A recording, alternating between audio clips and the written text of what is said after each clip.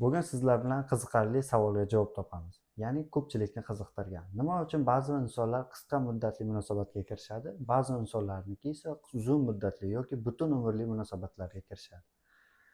Bu ko'pchilik inson psixologiyasi bilan bog'liq deydi, lekin buni ilmiy jihatdan asos bor. Ya'ni qisqa muddatli munosabatga kiruvchilarning miya faoliyati ham boshqacha ishlaydi. Bu neurosayensda o'z asosini topgan. Birinchidan, buni tushuntirib beradigan bo'lsak, qisqa muddatli insonlar biror kishi bilan tanishganda unda dopamin ajralib chiqadi. O'zingiz bilasizki, dopamin bu qisqa muddatli baxt gormoni ajraladi. Siz bir oddiy mashg'ulotlarda ham uni ishlab chiqarishingiz mumkin. Qisqa muddatli inson tanishgandan keyin dopamin ajraldi, o'zini baxtli his qildi. Lekin ma'lum muddatdan keyin bu narsa yo'qoladi. Ya'ni u ortiqcha qiziqtirmaydi tanishgan inson. Va shunday ehtiyoj paydo bo'ladi, ya'ni yangi inson bilan tanishish ehtiyoji. Va bu esa yangi inson bilan tanishishga turtki bo'ladi va yangi inson bilan tanishadi. Bu jarayon zanjir reaksiyasi kabi ketadi. Ya'ni oxiri yo'q. Yangi inson bilan tanishib ketadi. Unda qanday qilib uzoq muddatli munosabat qurish mumkin? Buni asosi shunda. Ya'ni dopamin gormonini vazopressin gormoni bilan o'zgartirish. Vazopressin qanday bo'ladi?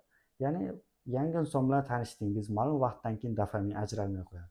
Vazopressin gormoni ishlashi qanday bo'ladi? Ya'ni jamoa effekti. Ya'ni dunyoqarashingiz nisbatan o'xshash insonni tanlang, u bilan ko'p vaqt o'tkazing hamda muammolarni birga yeching. Bu esa sizga bo'lgan ishonchni, bir-biringizga bo'lgan ishonchni hamda mehrni oshiradi. Bu ilmiy jihatdan asoslangan. Keyingisi, bunga misol qilib, qiyinchilikda birga bo'lgan oilalar odatda bir-biri bilan ajrashmaydi. Sababi ular qiyinchiliklarni birga yengib chiqishgan.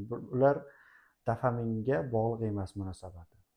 Oddiy odatlarga ham keladigan bo'lsak, misol uchun oddiy chekish yoki ichish ham dopamin ajralib chiqadi. Lekin siz doimiy, misol uchun kam 3 oy, 4 oy davomida yugurishni o'zingizga odat sifatida rivojlantiradigan bo'lsangiz, bu sizda ortiq dopamin emas, balki vazopressin ishlab chiqarilishi, bu sizga odatga aylanishi hamda ishonch keltirishi bilan farqlanadi. Shuning uchun uzoq muddatli munosabat qurmoqchi bo'lsangiz, dunyoqarashingiz o'xshash hamda uzoq vaqt davomida birga vaqt o'tkazadigan hamda muammolarni birgalikda yechadigan insonni tanlasangiz, siz nisbatan uzoq vaqt munosabat qurishingiz ehtimoli yuqori bo'ladi.